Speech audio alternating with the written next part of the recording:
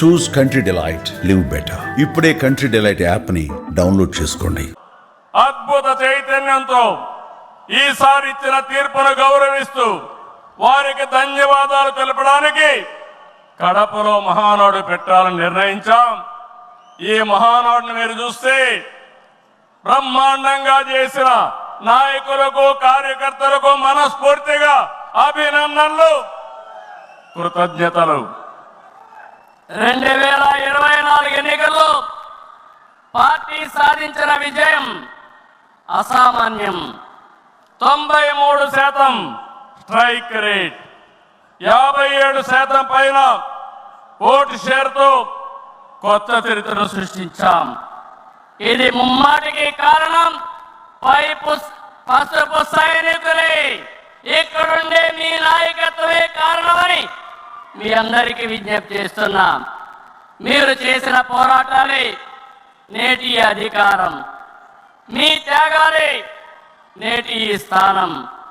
ఇది కాకుండా సమయానుకూలం మనం ఎప్పటికప్పుడు స్ట్రాటజీ కూడా ఆలోచించినప్పుడు జనసేన బీజేపీ పొత్తు పెట్టుకొని ఎన్డీఏ ఏర్పాటు చేసుకున్నాం.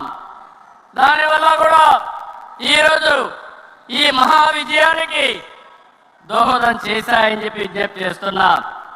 ఏమీ ఆశించకుండా దశాబ్దాలుగా ప్రతి గ్రామంలో జెండా మోస్తున్న కార్యకర్తల వల్లనే మనం ఇక్కడ ఉన్నాం.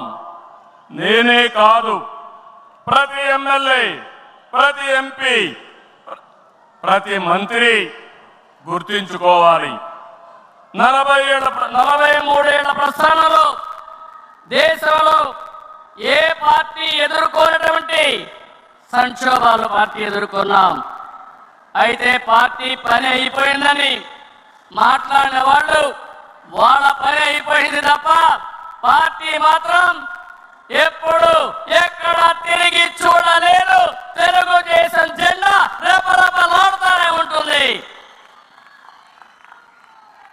నాటి ఎన్టీఆర్ చైతన్య రథం నేను చేసిన వస్తున్న మీకోసం పాదయాత్ర, ఎన్నికల ముందు లోకేష్ చేసిన యువగణం వరకు కార్యకర్తల్లో అదే పోరాట స్ఫూర్తి. పాలనంటే హత్య రాజకీయాలు, కక్ష సాధింపులు, వేధింపులు, తప్పుడు కేసులని మార్చేశారు గత ప్రభుత్వం. విధ్వంస పాలనతో రాష్ట్రాన్ని సర్వనాశనం చేశారు.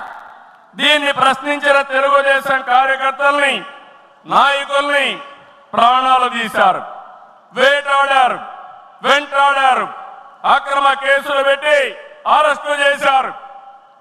కానీ ఒక్క వ్యక్తి కూడా ఎత్తిన జెండా దించకుండా పోరాటం చేసిన మిమ్మల్ని మనస్ఫూర్తిగా అభినందిస్తున్నా. ప్రశ్నించే వారి గొంతు నొక్కడానికి గ్రామ స్థాయి నేతల గొంతును కోశారు. మన పసుపు సింహం జై తెలుగుదేశం. పీక కోస్తుంటే కూడా జై తెలుగుదేశం అని ప్రాణం వదిలిపెట్టాడు. అది మనందరికీ స్ఫూర్తి. ఆ స్ఫూర్తి ఈ పార్టీని నడిపిస్తుందని చెప్పి కూడా నేను మీకు తెలియజేస్తున్నా.